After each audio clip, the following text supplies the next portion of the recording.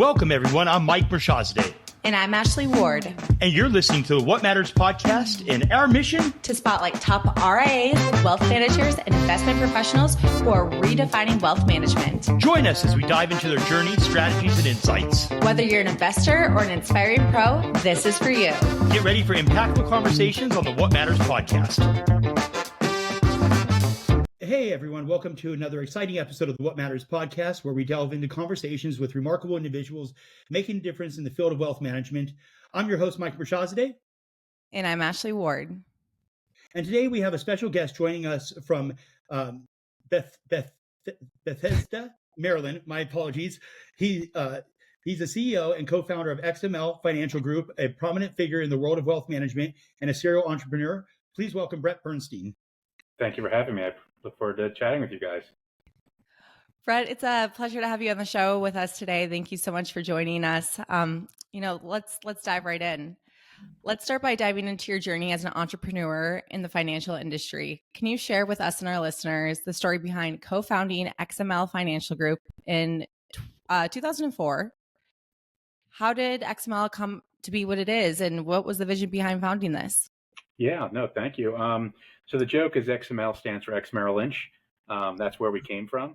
We don't trade as that. Thank you. You know, it sticks, right? I mean, it was certainly better than some of the FML or other names that we could have used along the way. But no, in all seriousness, I had started my career fresh out of the University of Maryland's School of Business. I'd interned all through college with a wealth manager, and then ultimately took the lowest paying job at Merrill Lynch. And it was great because I learned a lot, but I also learned about what I didn't want. I was on a fast track to give up my clients and go into the assessment center and become a manager. And I just said, you know, it's not me. I'm not a corporate person. I'm very entrepreneurial. I've been like that since I'm a little kid. And, you know, my partners and I just said, I wonder if the grass is greener. You know, we didn't look to take a check like people did. 20 years ago, you were taking a big check to switch from Merrill to Morgan Stanley or Smith Barney, whichever it was. And we said, I couldn't look a client in the eye and tell them that any of those firms were better or different than why I was looking to leave Merrill Lynch. And so I don't like to use the word pioneer, but maybe we a little bit were pioneers back then when we said, you're not going to take a check. And we decided to start our own firm. We used at the time XML Financial, which was much smaller than where it is today. And like a lot of people, you leave kind of on a Friday in the middle of the night and you pray the clients will follow you. And we were extremely fortunate that our clients did follow us. And we've had a lot of iterations of our business along the way, but that was kind of where it really started. It was just the things that we wanted to take with us that firms like Merrill were doing so well, and not do the things that we just didn't believe in that they were doing. And that's why we created XML. And what year did you start XML again? 2004. Interesting year. Tell me about it. So when in talking about your firm there, can you tell us a little bit about building your RIA and you know, where it is today, you know, how you guys have achieved your growth and what you've experienced? You know, from what we see here, we're often wrong, so please don't quote us on this. You guys have grown to around 2.5 billion AUM.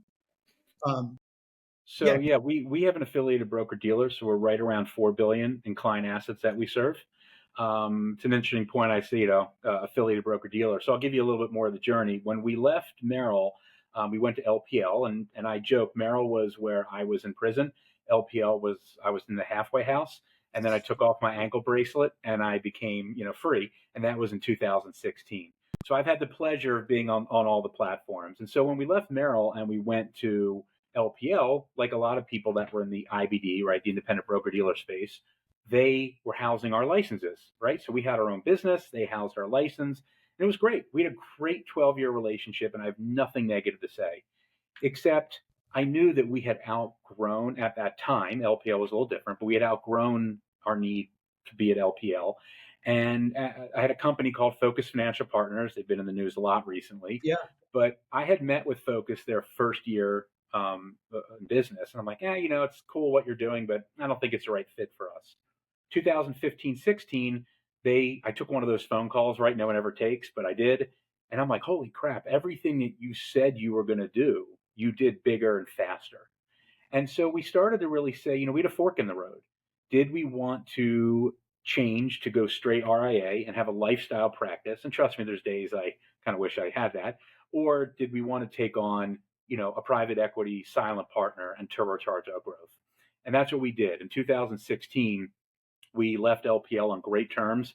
We became the 44th partner firm of Focus, which has had different iterations over the years, and we moved about 550 million of client assets straight RIA. So that's where the RIA started. A year or two later, we were introduced to one of the original Focus firms, and they happened to have a broker dealer and not a succession plan. And in 2019, David took over Goliath. We gobbled up at the firm at that time. Focus helped put us together. We brought on another partner, and 500 million became 1.8 billion with an affiliated broker dealer. And then we were very fortunate to do two subsequent acquisitions in 21 and 22, right in the height of the pandemic. And here we are nearing almost 4 billion in client assets. So it's been an extraordinary journey. 6 people to over 50. I'm the proud owner of a broker dealer again, but it's been, I wouldn't trade it for the world. It's been absolutely amazing. So you guys have done two, what we call them as inorganic acquisitions, right? What were the size of those firms that you guys acquired? Yeah, the Collins Investment Group in Bethesda was a FINET firm that joined us on our first clearing platform, and that was about a little over $1 billion in client assets. The Samson Wealth out of Fort Washington, Pennsylvania was about 700 million. And then we had the prior one with the Focus firm that was about don't quote me, $1.3 billion in client assets. And again, I'm saying client assets because the affiliated broker dealer, I just don't want to, say it's all AUM because of obviously the regulatory reasons. So so the growth that you guys have undergone there, was you guys David taking over the Goliath, you guys merging these firms that were your size or even larger underneath your umbrella there. Now, are you guys still part of Focus there, or was? Yep. Yep. Yeah, we are. So Focus went public since then. They've gone private. There's been a lot of news since they went private back in September. But it's been great. I mean, the reality is I have a non-controlling private equity partner that has a tremendous amount of M&A experience, right? The legal background, and also very deep pockets. And I think what it did do at that time was legitimize who we are, right? Brett and Rob, my other founding partner, at 500 million, going out and talking to people, like I've got a great story, but let's be honest, there's 100 of us out there, 1,000 of us out there. But to be able to legitimize that with the proper experience and backing, I think is what allowed us to do the subsequent mergers and have a pipeline that we're talking to, but also allowed us to really invest in, marketing growth and technology and cybersecurity and a lot of other things that I think, I use the word legitimize, but took us to the next level. I think if you look at it in our industry, you have a firm, you can start out and have a practice, right? You're an advisor, let's say at Merrill or any of the firms, you have a practice or you're a solo practitioner. And then you might have a firm, right? You went on your own and there's a handful of you. But we've ultimately created as an enterprise value where it's not called Bernstein, Canner, and Associates. I no disrespect to anyone who names their firm after themselves, but it's not about Brett. It's not about Rob. It's about the legacy that we leave for our team and for our clients. And so we wanted to have something that we could recycle the equity of our firm to the next generation, whether that's advisors or non-advisors. And so I think, while you have different pieces in our industry and all are equally important, we've just evolved along the way into some of those different places. Thank you. And how have you guys, grown when it comes to asset wise and bringing clients through the door, right? Has that been word of mouth? Have you guys, taken on any social media to do that? Marketing firms, hired a CMO? What went on there? All the above. Actually, my new director of marketing started today. She's sitting next to me listening. No, we've done all the above. And I think the pandemic forced us to invest a lot into our business. I actually spoke at a DeVoe conference last year about it. The pandemic forced us to invest in marketing. And I use that term broadly in people, resources, technology. We have an outsourced marketing company that does everything from our website, and we have a new website that we're about to launch in a month or two. We created our own mobile app, XMLFG. It's free. Not many firms have a mobile app. They have wrappers, right, on Orion and eMoney and other things. We have our own app. It forced us to do webinars. It forced us to hire a PR firm. Because my philosophy was, if I'm not communicating with our clients, someone else is. So I can't afford not to invest in it. And I've seen studies out there where they say that you should be investing, anywhere from 2 to 5% of your revenue in marketing. And most firms don't even dent, right, 1%. So we put a big commitment into it.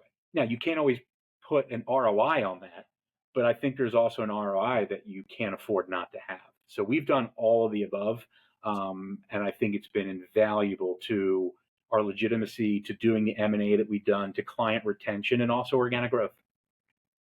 Thank you. Fascinating.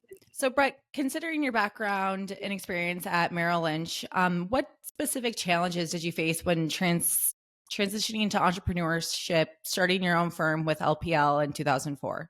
And how did you overcome them? Yeah, some of it is trial by error. Look, it's nerve-wracking, right? We didn't take the check like a lot of people do. We had to come out of our pocket for our own money. We obviously had non-compete, non-solicitation agreements, so you couldn't share anything with clients.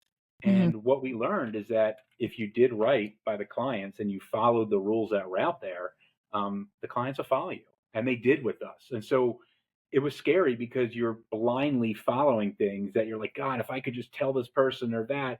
But we knew that wasn't what we had to do. And I think what we've always done is, no matter how big we have gotten or how big we will get, is treat everyone like they're part of the XML family.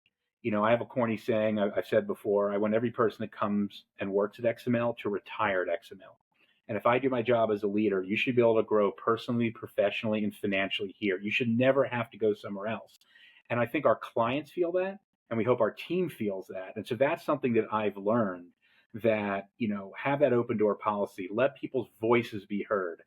People bring different experiences to the table. And so along the way, and as I've matured in age, not necessarily maturity, but as I've matured in age, I've learned that people bring different experiences, and listen to them, let their voices be heard. It will only make each of us stronger and better. Yeah. Thank you. And I'm curious. Oh, sorry. I'm curious how, when you guys transitioned, how many of your clients ended up following you? What was the book like when you first opened? Yeah. So when we first opened, we transitioned 98% of our clients. Wow. The handful that we didn't transition were simply, they were tied to a loan or something at Merrill. We were very, very fortunate to have that. And we had a book of about a little 110 million. So we transitioned almost 100% of it. And again, grew that to over, $500 million. And then obviously, as I've said, where we've gone from there, we've been very fortunate. When we left LPL, 100% transitioned. And even the subsequent mergers we've done, it's basically been 100% along the way.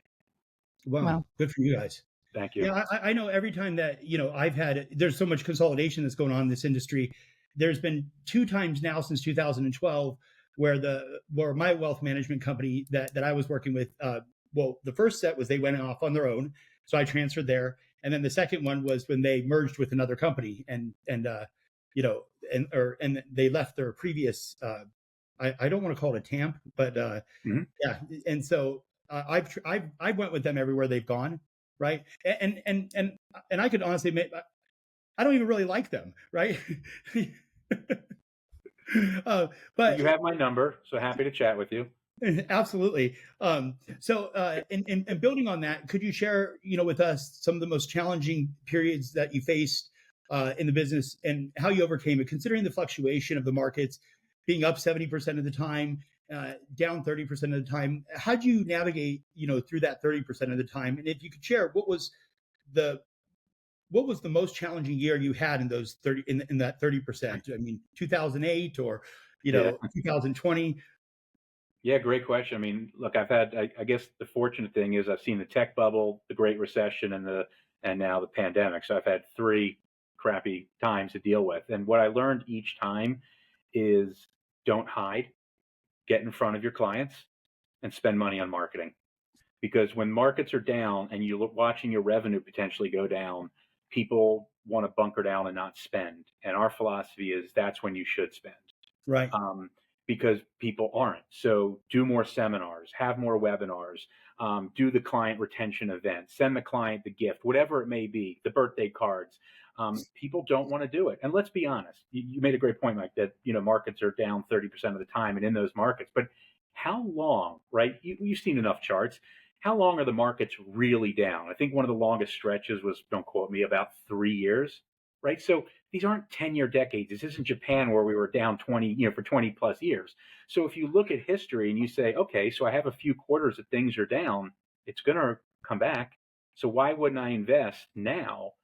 Right. And sometimes you're investing when it's cheaper because marketing events and things are hurting. So they're praying to say, well, you can do a seminar at my restaurant and I'll do it at 20% cheaper. Well, who doesn't want a sale, right? We all like Nordstrom's when they have their half yearly sale. So I kind of look at the same philosophy, but it is challenging to watch a revenue stream potentially going down. And that's on top of normal attrition, RMDs for clients, aging clients, right? That's normal in the business.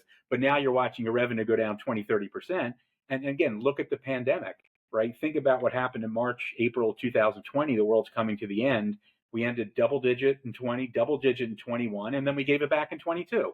And then at the end of 23, when you look at a 4-year time period, most clients are up, less if they took money out. And so if you had invested money along the way, you should have gotten a solid return on that investment. Yeah, great point there. Brett, so as a serial entrepreneur and an active investor, what are some of the key lessons that you've learned along the way that have shaped your approach to business and leadership? Yeah, I think one of them is my partner says God gave us 2 ears and 1 mouth for a reason. Listen. We tend to, I think a lot of entrepreneurs and a lot of wealth advisors are type A personalities. So we, tend to think we know it all and we don't. I believe everyone on my team brings something great to the table. I don't care if it's a director of first impressions to, a C-suite executive. Listen to what their experience is. Sometimes you have to make tough decisions that are in the best interest of the client or the business, but bring people to the table, let their voice being heard. We've created a bunch of different committees, right? Whether it's investment committee, a leadership committee, financial planning, operations, et cetera. And I bring people from the different firms together, not only to share ideas and things that we're thinking about, but to let them have their voice heard. And I think when people have their voice heard, it's easy for them to get behind something and validate and really champion that. But I think it's also treating people like people. And I know it gets harder as, people get bigger and bigger in the size of their firm. But, we had a team member once that in passing, I heard that they were going to get rid of their cable bill because, it was a tough time and they couldn't afford to have cable. Well, I heard that. I went to someone in my HR and I said, just figure out how much that is and up their salary. Like I would never want someone not to be able to keep their cable bill over $100 a month, whatever it may be. So I think it's also having open dialogue, treating people the right way and listening. And that $100 or whatever the number was insignificant to my business, but it was meaningful to that person. And I think that person is a loyal champion of XML and probably will be for the rest of their career. Thank you. Love that. And if you could highlight on some of the valuable insights that you guys have there, can you share some strategies, tactics that you've employed to grow XML Financial Group, and what led it through the 3 acquisitions there? Obviously, in the 3 acquisitions that you guys have had, I believe you said it was 3. Why would they have chose XML over all the other competition out there? I'd like to think it's my charming personality, but no, in all seriousness, what else could it be? No, but in all seriousness, I think that we learn from each one. I was told by a mentor, the first deal you do, you probably won't make money on, but you're going to learn the most, and then take that learning and you'll start making money on each subsequent deal. I asked each one, and what they said was it was open transparency, right? The dialogue. They understood what they were signing up for, what the value was going to be for their client, how they fit, the seller, if you will, how they fit into the equation. Very clear communication on how their team would fit and grow. That was important to most people. Philosophy of investments, right? Were we on such different sides of the table that we wouldn't, be a good fit. Um, those are some of the things that I've heard from the deals that we've done, right? And even ones that we're talking to about why they liked it. But I also think I'm fortunate to have a leadership team that lets me run the situation, right? I mean, we have a partnership, but at the end of the day, you can't have too many hands in the cookie jar or it's never going to work. And so we're in a position where I can run the day to day of things that need to get done. I bring in the appropriate partners and leadership members when we need to, whether it's for advice or they need to approve something. And I think that trust and direction has allowed us to continue to push forward. Other colleagues of mine that I see, every partner has an ego and every partner wants to think a certain way. And a lot of times that doesn't work. So I'm very fortunate to have a group of partners who trust me to take that leadership. And we just had an executive committee meeting this morning, and I brought them up to speed on a handful of topics, and they said, "Thanks. Like, keep doing what you're doing. Thank you for bringing us up to speed." They gave me some things to think about, and now I can continue to lead and move forward. So I think it all comes back to listening, open dialogue, and I think if you're very honest and forthcoming, um, I think that it comes with a lot of trust by people. And let me ask you this: in bringing in merging three other companies onto your platform, do they all go underneath the XML brand there?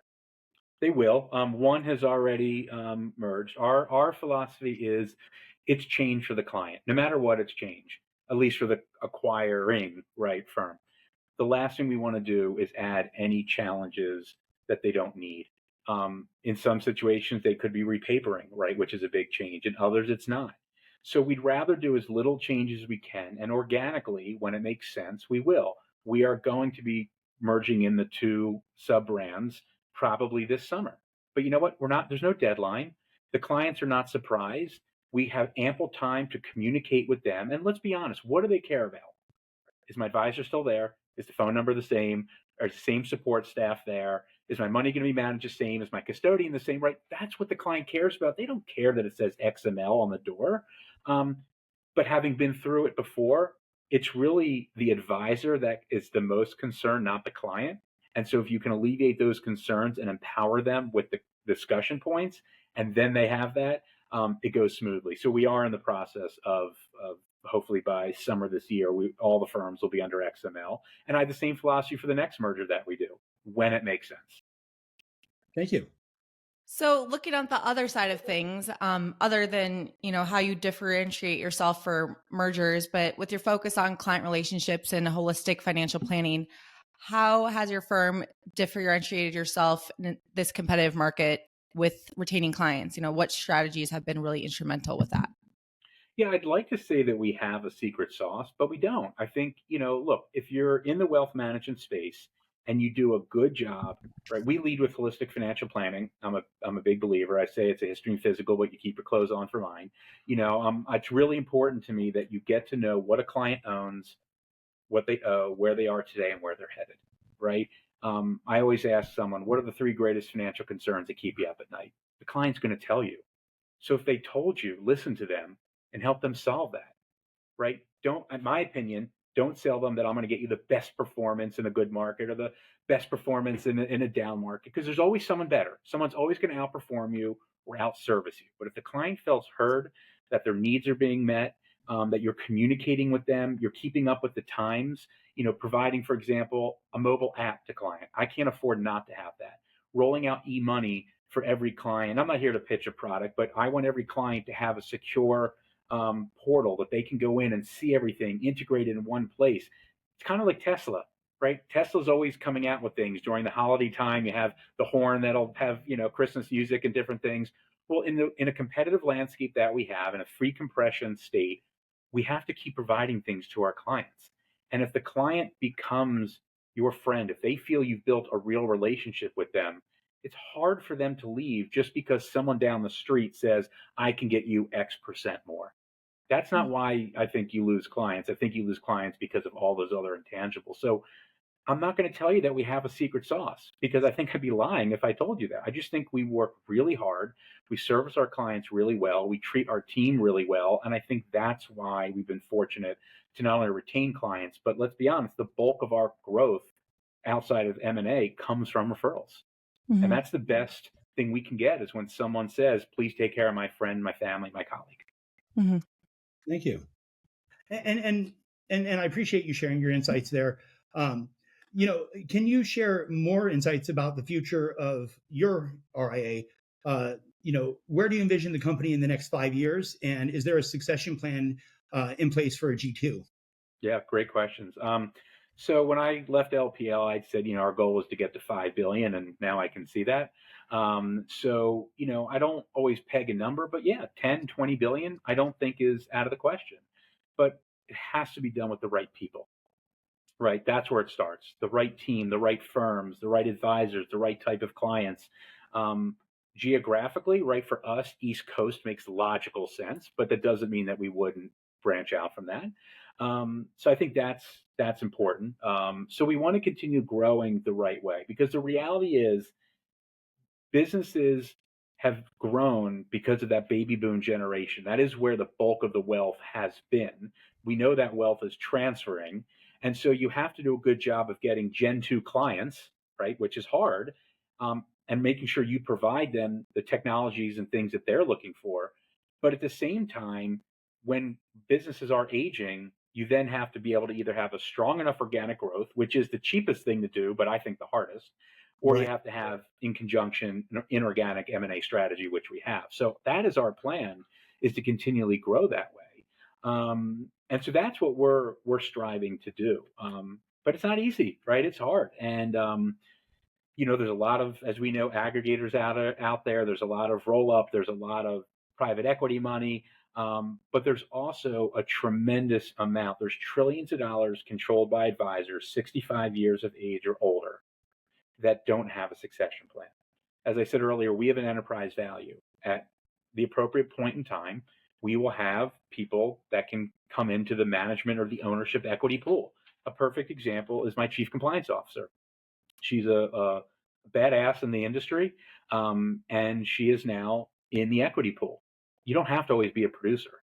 It's who treats the company like it's their own, who should be in that pool. And we, as the prior generation, need to have that next generation come in. So we don't set a certain timeline or certain milestone.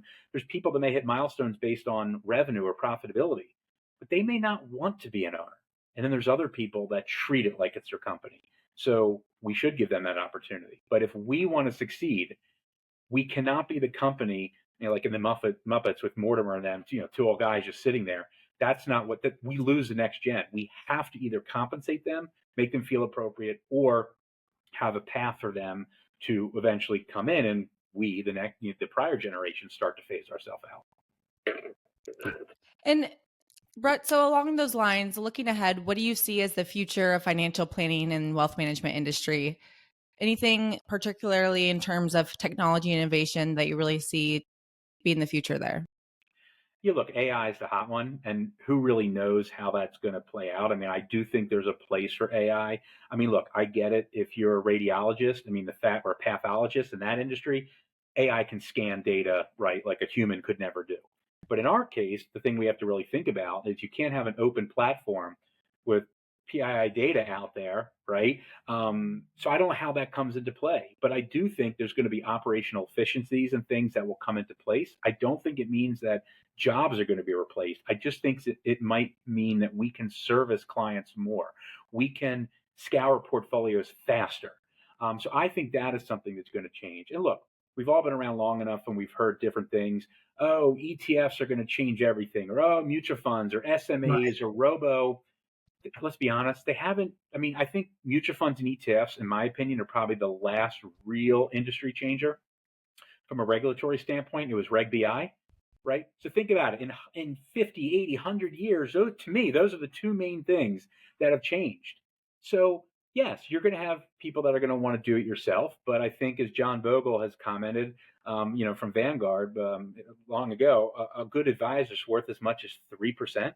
I think is what he was quoted saying. Coming from Vanguard, I don't charge more than I think, what, 1%? So I think if you're providing the value, there is always going to be a need for us. But I think that if you are not nimble and open to whether it's AI, cybersecurity, regulatory changes, I think you could be a sitting duck, but that just means you're either a sitting duck that your business is going to go down, or you become a natural target for someone to say, don't you just want to sell and either turbocharge your growth with someone like us, or maybe you do want to get out of the business altogether. So I think you're going to see that consolidation really continue. And I think people are tired. If you've been around for 20, 25 years, as we mentioned, you've been through three horrific markets. Yeah. Some people are tired of it. Yeah. Yeah. So highlighting on the AI piece there, I can tell you that, Ashley and I, we've worked together now for, going on over 7 years. Right.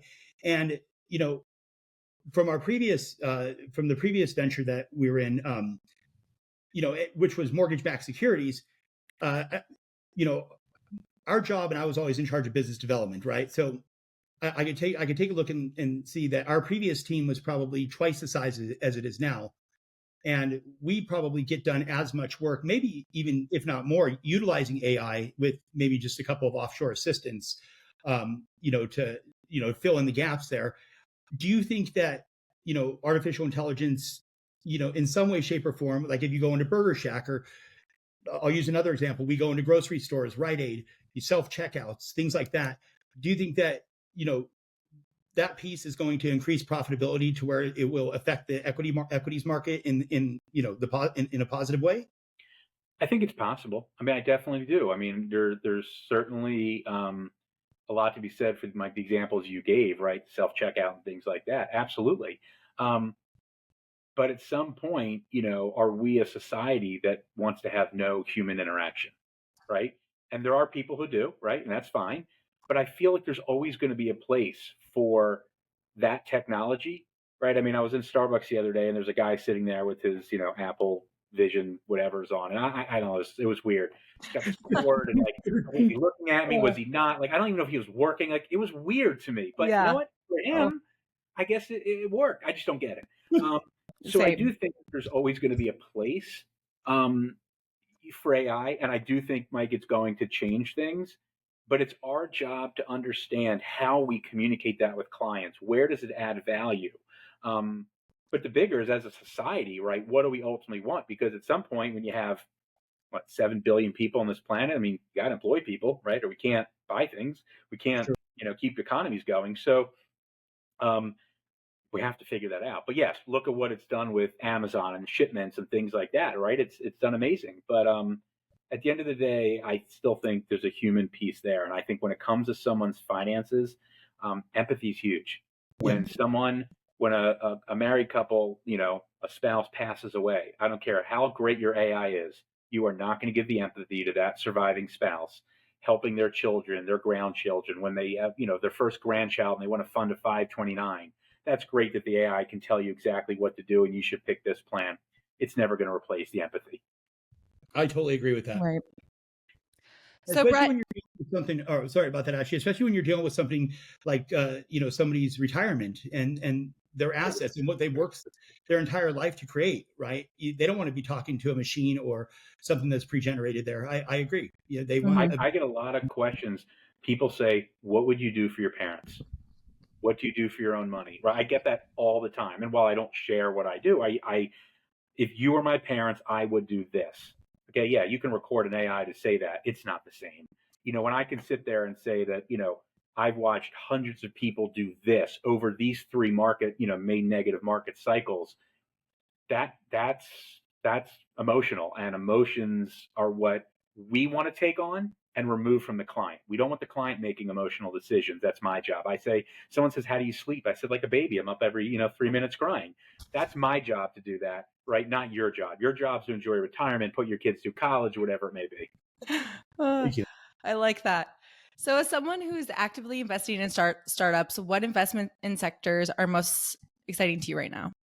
Yeah, no, my partners and I, we do a lot of, private equity investing, and look, there's a lot of vanity in some of them, so you have to try to take some of it out. I'm all across the board. I've always loved real estate. Some of the ones that have been really exceptional have been in cloud storage, data. That's not going away. It's exploding. That's one that I really like a lot.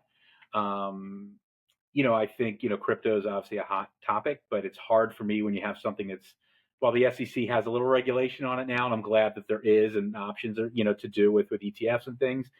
It's hard to get behind something like that, but that's a hot one that you obviously, people talk about all the time. Um, I think when you look at entrepreneurial investing, right, I think you have to look at number one, are people accredited investors and qualified investors, right, to be able to do it? But the reality is, you're going to be lucky to hit a few home runs. You're going to have a bunch that go under, and then you're going to have singles, right? Look, Barry Bonds could get to the Hall of Fame minus maybe some issues he had by hitting home runs, and Pete Rose could have gotten there with singles, albeit his betting. I did like his joke about if he had an interpreter, maybe he would have been able to get away with betting like we've been seeing with the Dodgers recently. But there's different ways of getting there. And so I think that, at the end of the day, the question is, would you have been better off just investing in the diversified portfolio where you don't have to deal with K1s, you don't have to deal with illiquidity, you're not losing your money in the S&P 500 or the triple Q or diversified portfolio. But when you start going into these niche areas, and you start into biotech, could you actually lose your money? And I think there's a lot of vanity in how people invest. It comes back to the emotion. So I say to people, why are you looking to invest in this sector? Or, I always ask people, I want to invest in crypto. Great. Why? And never have I heard someone say, because I'm against fiat money, right? It's sexy, right? Let's be honest. That's why they want to do it. It's water cooler talk. I'm out with my friends. I own crypto. It's like gambling. They tell you when they win. They don't tell you when they lost. And so what I say to clients is very, very simple. You want to invest in crypto? Perfect. Let's pick the blue chip. Let's pick Bitcoin. Great. Brett, how much should we do? How much do you want to get on a plane and fly to Vegas with me? We'll go to the Bellagio. How much are you willing to put on one number, one color on the roulette table? And they're like, $5,000. Perfect. And that's how much you can afford to put on crypto, right? That's logically, let's think about that. And it's the same thing. I want to own this because it's a weight loss drug. Great. Why? Right? Like, you have to get to the emotional piece of why. And that comes back to the question about AI. AI is not going to get there. They're not going to ask you the questions that I just, posed. So a lot of times it's vanity, it's emotion. So, but to answer your question, Ashley, a little more long-winded, I like real estate. I like data storage and cloud for obvious reasons. I think obviously biotech and AI, it's just hard to figure out which ones and why. So as a company, we don't gamble on that. If a client wants to have something, I'd rather overweight a biotech ETF. I'd rather overweight something in real estate. If you want to have crypto, you know what, now that we can go buy, whether it's a Grayscale Trust or a Fidelity ETF, then let's go do that. But do you want to go buy some random coin that, a famous CEO is pushing out there? I mean, like, is that really the way to do it? I just don't think that's the right way to invest. I agree with that. Yeah, great answer. So you highlighted on a couple of the investment opportunities that piqued your interest there. Let's get into real estate, right? There's been a lot that's happened with real estate. Everybody, gosh, look, prior to being in private equity and being in this space, I was in the mortgage-backed security world for a quarter of a century. And I can tell you that, the 10-year treasury, being that it went all the way down to 0.5, 0.6% during COVID, went up to 5% at one point. I think it's a hanging chad right now down in like the low fours. But property values on the residential side haven't really moved much, right? I don't think they maybe have gone up. I don't think they've maybe gone down. What's your opinion there? I mean, what do you see? What do you foresee? Is there going to be an opportunity in the commercial or residential sector? What's your opinion on that? Yeah, I think it's geographically, right? It depends. We have a place in Florida, and I've just watched, right, how that's exploded, right? Areas that people are migrating to. I think in the commercial space, I don't believe there's another shoe to drop there. Just my opinion. I think it is more of a soft landing. I think every piece of our commercial real estate for our offices, we got out of in the course of the pandemic. Buildings went under. Perfect. I don't need 10,000 square feet here. I only need 3,500. So it worked out beautifully for us. But if I look at the building that I'm sitting in now, a big insurance company bought these 3 buildings for $250 million in 2007. They sold them for $69 million last year. Wow. The insurance company could care less, right? They got endless money. The new company comes in, they bought it for a steal, they sold off a chunk of land, they're dropping $25 million into the buildings. I'm a benefactor of the improvements that they're doing here. So as many people that are turning in the keys, right? I think there's as many people with the cash to take these up, and they're being creative. They're not all commercial. They're going into mixed use. They're going into residential with interest rates where they are now, right? The rental market has been pretty high, right? So you've got, a lot of rental properties coming, in the market. I think if and when rates come down, that will soften the rental market some. So I think that banks are also having to be creative, right? Are they going to, they don't want the buildings. So they have to get creative in how they're going to deal with the debt. How are they going to, remodify the loans? And look, we're fortunate being in the Washington metropolitan area. It's obviously very different, I'm sure, than take San Francisco. You're not going to see a Class A building being built in any major city, I would think, for the foreseeable future. Right. Other than if there's something already in the works. But I do think it's having an impact, but not one that I believe is going to be a shoe that drops that crushes the market. So I think there are opportunities, whether you're a private investor or in the public markets. And if you're in the public markets, we like to use some open-end mutual funds. We like to use ETFs, and you get exposure that way. And sometimes you're getting some great yield while you're waiting. Mm-hmm. Thank you. And finally, let's delve into the economic outlook. Given the country's doubled its debt in recent years, what are your predictions for the economy in the near term, long term, especially considering the borrowing at historically low interest rates, right? I'm not sure what the specifics are on the recast of that, but we doubled our debt, I believe, during the years of 2020, 2021. We did borrow that money at a lower interest rate. How do you think that all comes into play? Look, Americans are doing what we do best, right? We borrow. The stimulus money is pretty much done, right? As we know, for the exception of maybe some loan forgiveness and things for student loans. So what's interesting to me, and again, I don't have the crystal ball, but this is just, one person's opinion, is, we have a Fed that I think was a little late in the cuts. They had to act very swiftly, and they did. And I think what they really thought was it was going to slow down the labor market, and it didn't, right? And I get that there's people out there, conspiracy theorists and others, that say, oh, the labor numbers are skewed, and it's people that have 3 jobs, and you're always going to have people that have opinions. But the reality is, we're kind of back to pre-pandemic levels, right? In terms of debt, in terms of spending. I'm not saying that's good, right? But we're back to where we were. It's just, it was such a precipitous dip in between. And you're correct. The rates are much worse now. So where's it having an impact?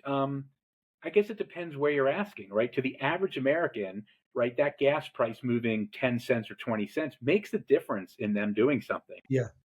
If you live on the coastlines or outside of a major city, it generally doesn't, right? For the most part. Again, I'm making generalizations there. So I think that what you're dealing with is a situation with, people that might have been looking to save to buy a $500,000, $600,000 house can only afford $300,000 now. So they're not buying the house. They're paying an exorbitant amount to rent, right? So, but if they're renting, they don't have to put the down payment money that they were saving. So what do they do with the down payment money? They start spending in the economy, right? So I think we're seeing a cycle that's coming through. The hope, and we're already seeing rates come down. Fed has not cut rates, but you're seeing it. SOFR's tick down. You can see it in 10-year Treasury moving around. The reality is employment is strong, wage growth is strong, unemployment's healthy. Again, even if you're someone who thinks the numbers are skewed, and I'm not saying that's me, I do think that there is a lot of opportunity, and we're going to keep kicking this can down the curb with government shutdowns. Excuse me. So I think this election, right? Election years are always bumpy. Trump, love him or hate him, is going to make it even more bumpy. But we're going to have a lot of these debt topics. I think the next one is January, if I remember. Excuse me. And then at the end of 2025, the current tax law repeals. And I guess the question is, what is that going to ultimately do, right? So if debt stays high, if interest rates don't come down, and then you hit people, because look, they always say the average person shouldn't be hurt. I use myself when the 2018 tax law came out. I asked my accountant, everything being the same, I'm the one who should benefit. He goes, yeah, you owe more in taxes. I go, wait a second, I'm supposed to be the one who saves. He goes, well, you don't. So the reality is the average American could be hurt. And so I think, Mike, that's my concern is when you take the interest rate levels, the rental market, the debt spending, and then you add this tax law to it, I think that could be a challenge. But if Congress can ever figure things out and stop deciding, who's going to make the most out of trading their insider stocks, maybe we get to a point where, things will settle back a little bit. So I'm cautiously optimistic that things will settle in, but there are some headwinds ahead of us that we have to be mindful of. Thank you. Yeah, interesting times ahead for sure. And Brett, before we close out our conversation today, one final question I have for you. What advice do you have for aspiring entrepreneurs and financial professionals looking to make their mark in the industry? That's a good question. I think the first is you have to be an entrepreneur, right? Everyone thinks they want to because, the upside's so much. Yeah, the highs can be higher, but the lows can be lower. Oh yeah. And so you have to make sure that you truly are an entrepreneur. And there's different ways of doing it. You could be entrepreneurial inside of an organization or with the right partner or inside the right firm. And then there's others like me who couldn't. Like I needed to be on my own to do it. And so I think the advice I would give is find a mentor, reach out to people that you think have done it and done it successfully. And I'm not saying the biggest and the best that are out there, right? Normal human beings that have done extraordinary things and ask their advice. And I think people, we want to take people under our wings. We want to help people succeed. And so the advice I would give is ask and learn and make sure it fits in for where you are in your life, professionally, financially, personally, right? Some people can't take the risk at some point. Mm-hmm. Great advice. Well, thank you so much for joining us today, Brett, and sharing your insights with us and our audience. It's been a pleasure having you on the show. Thank you for having me. And to all our listeners, thank you for tuning in to another episode of the What Matters podcast. Remember, success is not just what you achieve, it's about the impact you make along the way. Until next time, stay curious and keep exploring. Thanks, everyone. Thanks, Brett.